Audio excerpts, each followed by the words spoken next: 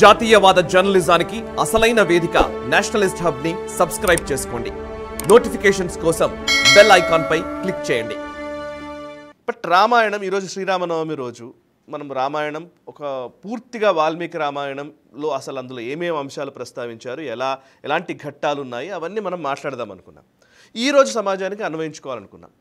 నిజానికి ఫస్ట్ ప్రశ్న ఏంటంటే అసలు ఈరోజు సమాజానికి అప్పుడెప్పుడో త్రేతాయుగంలో జరిగిన రామాయణానికి అసలు సంబంధం పెట్టగలుగుతామా?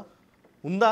ఉంది. రామకథ ఎప్పుడూ ప్రాధాన్యత కలిగినటువంటిదే. రామకథ మానవుడున్నన్ని రోజులు, ఈ భూమిపైన జీవరాశి ఉన్నన్ని రోజులు, ఇంకా ముఖ్యంగా చెప్పాలంటే రాముని యొక్క కథ ఆలోచింపదగినటువంటి ఒక అమృత పానం అది.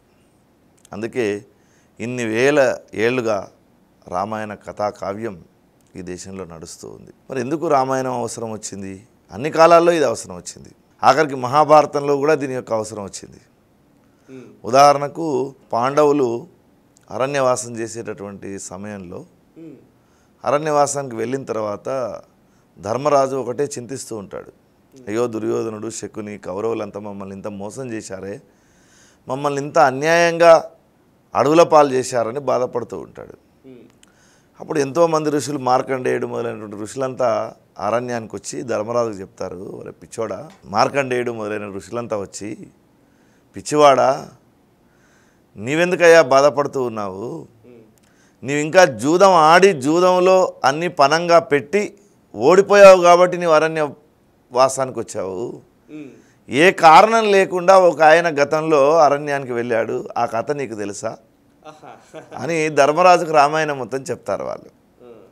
అంటే ధర్మరాజు కాలంలో కూడా రామాయణం ఉపయోగపడింది. మీరు ఆధునిక కాలంలో చూసినప్పటికీ అనేక మంది ఈ దేశంలో గొప్పవాళ్ళుగా పుట్టినటువంటి వ్యక్తులు, తాత్వికులు, మహానుభావులు, మేధావులు, రాజకీయ నాయకులు అందరూ చాలామంది రామాయణాన్ని వారసత్వంగా స్వీకరించారు. వాళ్ళ యొక్క తలపైన దాల్చి వాళ్ళ జీవితాన్ని గడిపారు. ఇవాళ భారతదేశంలో అంత అకుంఠితమైన స్వాతంత్ర పోరాటం జరిగింది అంటే ఈ దేశంలో ఎక్కడో చోట రాముడు ఉన్నాడు. రాముని యొక్క ధర్మం హృదయంలో ఉంది కాబట్టి ఆ పోరాటాన్ని నిరంతరాయంగా చేయగలిగారు. రాముడు ఒక మానవుడుగా ఈ భూమిపైకి వచ్చి తాను ఎట్లా కష్టాలు అనుభవించాడో అలాంటి కష్టాలు వాళ్ళు అనుభవిస్తుంటే రాముని తమలో చూసుకున్నారు. దుగ్గిరాల గోపాలకృష్ణయ్య అనే ఆయన రామదండు అని మన తెలుగు ప్రాంతంలో ఒక భజన బృందాన్ని, శిష్య బృందాన్ని తయారు చేసి స్వాతంత్ర పోరాటం చేశాడు. ఆయన చేసే పోరాటానికి రామదండు అని పెట్టుకున్నాడు. మనం ఇంత మాట్లాడుకునేటటువంటి మహాత్మా గాంధీ చివరి శ్వాసలో కూడా రాముడు ఉన్నాడు. కాబట్టి రాముడు లేకుండా ఈ ప్రపంచం లేదు. ఆ రాముడు అన్ని కాలాల్లో ఉన్నాడు.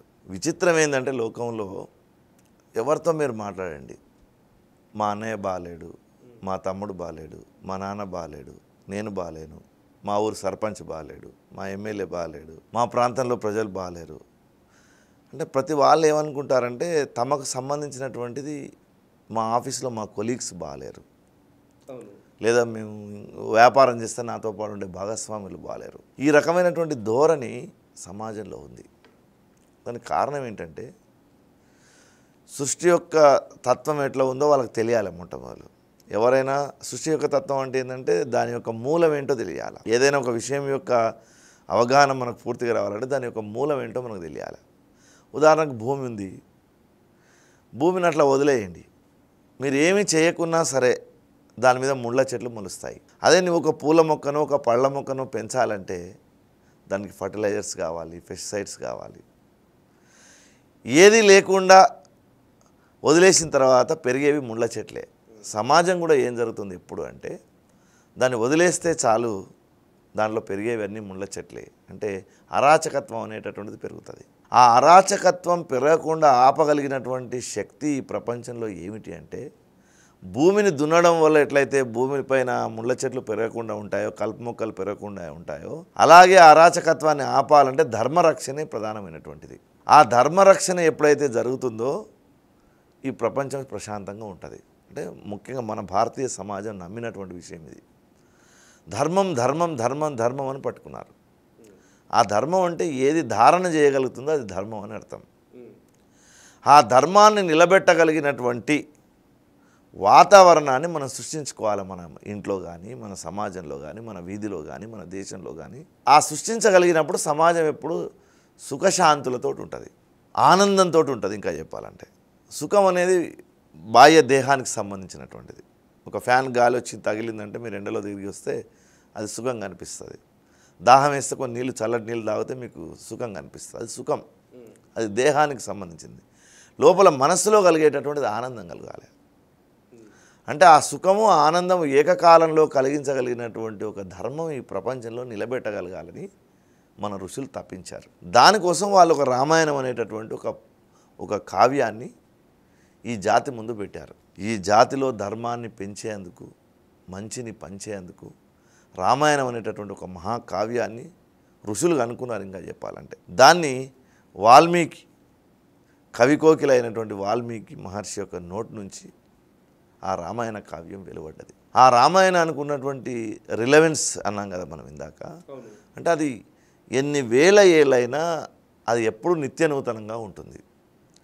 ఆ నిత్యనూతనంగా ఉండేదాన్ని మనం ఏమని పిలుస్తున్నాం? ఏది సనాతనంగా, ఏది నిత్యనూతనంగా ఉంటుందో దాని పేరు సనాతనం అంటున్నాం. పాతదైనప్పటికీ ఈ రోజుకు నిత్యనూతనంగా ఉంటుంది. ఈ రాముని నేను చెప్పినట్టుగా పాండవులు ఆలోచించారు, కృష్ణుడు ఆలోచించాడు. ఈ రాముని గురించి విశ్వామిత్రుడు ఆలోచించాడు. ఈ రాముని గురించి మార్కండేయుడు ఆలోచించాడు.